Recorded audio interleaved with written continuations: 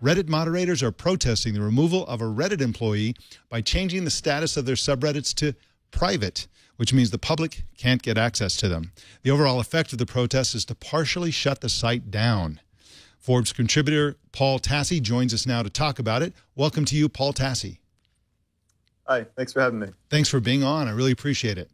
Now, who is this employee that caused so much trouble by leaving Reddit?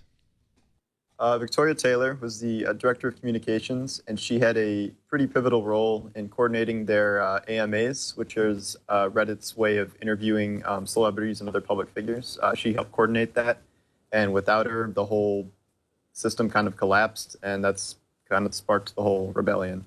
Her nickname is Tudor. Do you have any intel on why people call her Tudor? I cannot figure that one out. I don't have any special intel there. All right. Now, this came right in the wake of a very awkward AMA with Jesse Jackson. Do you think that this was in any way related to the Jesse Jackson AMA? I really don't. I've heard some people mention that, and that was a really awful AMA, but to be fair, there have been plenty of high-profile, terrible AMAs, and I think it was just kind of coincidental timing. I've heard Reddit people come out and say it didn't have to do with the Jesse Jackson AMA, but it's kind of a stretch to think that was the reason this happened. I really don't think it has anything to do with it. And here's a pro tip for you Jesse Jacksons out there who jump into an AMA unprepared. If you're going to do a Reddit AMA, you have to, number one, be honest. Number two, you have to do it yourself. You can't hire an intern to do your answers for you. And you have to take it seriously and expect some hardball questions, because that's what an AMA is all about. So just my little pro tip there. Now, is this, okay, let's set Jesse Jackson aside and the AMA aside. Was this related in any way, do you think, to the unhappiness on Reddit in general with interim CEO Ellen Pao, or to the censorship that was recently sort of enacted at Reddit? When this all started, I probably would have said no, but now seeing as how the reactions kind of evolved, a lot of it has been very focused on her, and I've seen a lot of direct rebellion against her specifically. So I would say that even if it wasn't the exact jumping off point, I think it has a lot to do with kind of this lingering frustration with her tenure as, head of the site, and I think some of that anger from past events is definitely spilling over into this. Now, what do you suppose the feeling is about Ellen Pao, who's some people refer to her on Reddit as Chairman Pao? And is there a feeling that she's not really a member of the community somehow, or that she's kind of an outsider brought in? I mean, she's best known for filing a gender discrimination lawsuit against a prominent venture capital firm. So she comes from the venture capital. She's a venture capitalist, basically, who came in to sort of run Reddit, which is a kind of scrappy, moderator-controlled, clearly, site that is really pushes the boundaries of free speech.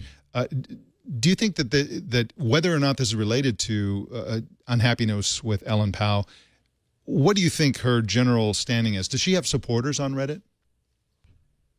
It's such a big community. I have to imagine she does have supporters on Reddit, but often the people that are the angriest or the loudest, so you may not hear nearly as much from her supporters as you do her detractors. Her time there's been really controversial, and she's oversaw, the banning of all these different, hateful subreddits, and I think a lot of that has kind of rubbed the community the wrong way.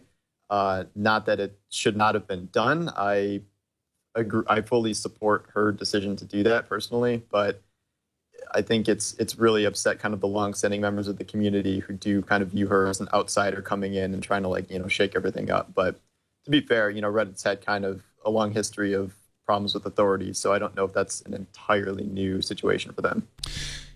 Now, of course, Reddit has approximately 1 gazillion subreddits. They just on every topic you can imagine.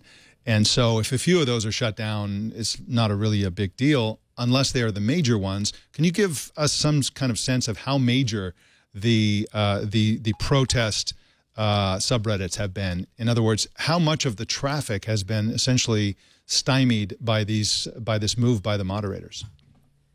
It's hard to know in terms of direct traffic count, but if you're just counting front page subreddits, like more and more keep being added, like really big ones like Are Funny, I think was the biggest one that got shut down. our gaming, our videos, our movies, our television, like our AMA, obviously. And all of those, add up to a significant chunk of the site. So now when you go to the front page, it's full of pretty much just all pictures from our picks and a bunch of more obscure subreddits because all the other default ones are gone. So it's really kind of changed the whole feel of the site. Like there's always content to replace it with when you sub out a specific Reddit, but now it's kind of like a mess. And obviously the front page is kind of taken over with this story entirely. So it's Reddit's way of rebelling by just filling the front page with all of that.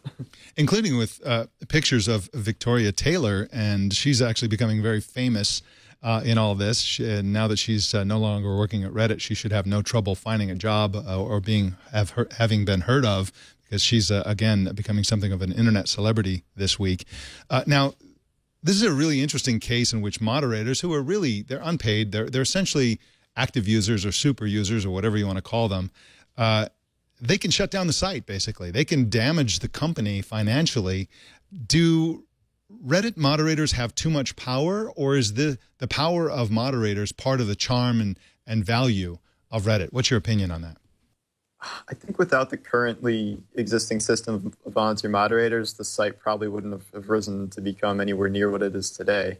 With that said, you yourself as Reddit have created the situation where if you do something that upsets enough of your moderators, you've given them power over you to essentially, kill the site temporarily or possibly permanently if they really, threaten enough. And we haven't really seen this happen before, so it's kind of uncharted territory as to what happens next. But the problem is you can't, if you just come in and start imposing all these draconian rules and like take moderation out of their hands, and you'll see a mass exodus of users. And like Reddit keeps citing Dig as like, Dig went to V4 and everyone left. And now some are saying that this is Reddit's, similar moment where that might be a bit of an overreaction. But, it's a real threat where these moderators have that much power where they can shut down, half the major subreddits of the site just when something happens they don't disagree with. And like this is a particularly kind of confusing issue too. It's not really that cut and dry, yet they're doing it anyway. So it's pretty fascinating. It really is. And you mentioned the size or the success of Reddit. They have something like 160 million monthly visitors, which is pretty huge. That's a lot of people. That's a lot of monthly visitors. And of course, we have our own subreddit on Reddit. It's technewstoday.reddit.com.